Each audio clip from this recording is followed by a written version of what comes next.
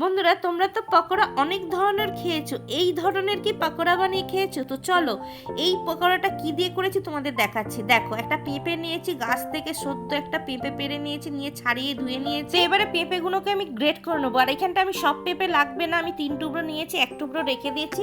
একদম ঝিরিঝিরি করে আমি গ্রেট করে নিচ্ছি। এখানটা পেঁপেগুলো গ্রেট করা হয়ে গেছে। গ্রেট করা পেঁপেকে আমি ভালো করে একটু হাত দিয়ে মাখিয়ে নিয়েছিলাম, যাতে পেঁপের ভেতরে যে জলগুলো আছে সেটা বেরিয়ে যায়। তো দেখো, এইভাবে আমি নিগড়ে নিগড়ে জলগুলো যেটুখানি ছিল চেপে চেপে আমি বের করে দিয়েছি, তবে কিন্তু পাকোড়াটা মুচমুচে হবে, নালে কিন্তু নরম হয়ে থাকে। তারপরে গ্রেট করা পেঁপের মধ্যে দিয়ে দিচ্ছি 2টো পেঁয়াজ কুচি, দিয়ে দিচ্ছি এখানটা 6-7টা কাঁচা লঙ্কা কুচি, আর দিয়ে দেবো এখানটা 1/2 চামচ রসুন কুচি, 1/2 চামচ আদা কুচি, আর দিয়ে দিচ্ছি এখানটা জিরে গুঁড়ো 1/2 চামচ, ধনে গুঁড়ো 1/2 চামচ, দিয়ে দেবো 1 চামচ লঙ্কা গুঁড়ো, আর দিয়ে দিচ্ছি সামান্য একটু হলুদ গুঁড়ো। তারপরে দিয়ে দিচ্ছি এখানটা 1/2 চামচ গোটা জিরে।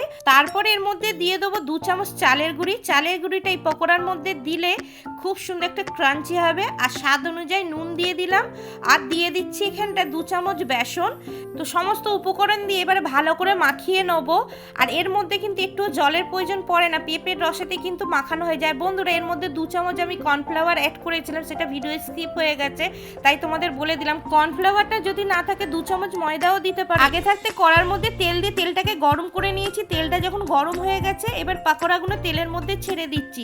তো এইভাবে পাকোড়াগুলো তেলের মধ্যে ছেড়ে দিয়ে ভালো করে উল্টে পাল্টে লাল লাল করে পাকোড়াগুলোকে ভেজে নেবো। দেখতেই পাচ্ছ পাকোড়াগুলো উল্টিয়ে দিচ্ছি আস্তে আস্তে করে। তো উল্টে পাল্টে আমি সুন্দর করে ভেজে নেবো। আর গ্যাসটাকে এই সময় আস্তে রেখে ভাজতে হবে, নাহলে পাকোড়াগুলো পুড়ে যাবে। তো এইভাবে আমি সব পাকোড়াগুলো ভেজে তুলে নিচ্ছি ভালো করে তেল ঝরিয়ে। তো দেখতেই পেলে পাকোড়াগুলো কত সুন্দর দেখতে লাগছে। তো এখানটা আমার সব পাকোড়া ভাজা হয়ে গেছে, পেঁপের পাকোড়া। এই পেঁপের পাকোড়াটা সন্ধ্যেবেলা চায়ের সঙ্গে তো জমেই যাবে, আর গরম গরম ভাত ডালের সঙ্গে তো একদম ফাটাফাটি লাগবে। তারপরে আরেকটু স্বাদ বাড়ানোর জন্য উপর দিয়ে ছড়িয়ে দিলাম চাট মশলা। তারপরে তোমাদেরকে একটা হাত দিয়ে আমি ভেঙে দেখাচ্ছি পাকোড়াটা। দেখো, দেখে কিন্তু মনেই হচ্ছে না এটা পেঁপের পাকোড়া। যে খাবে সে বুঝতেই পারবে না, না যদি তাকে বলো। বাড়ির সবাইকে যখন এই পাকোড়াটা প্লেট ধরে দেবে আর বলবে তোমরা পাকোড়াটা খেতে থাকো, আমি চা বানিয়ে আনছি, এসে দেখবে প্লেট পুরো ফাঁকা করে ফেলেছে। তারপরে বলবে আর একটু বেশি করে বানাতে পারলে না। বন্ধুরা, এই রেসিপিটা যদি তোমাদের ভালো লাগে অবশ্যই সবার সঙ্গে শেয়ার করে দিও, আর কমেন্টে জানো কেমন লাগলো, একটা লাইক করে দিও। আজকের মতন টাটা।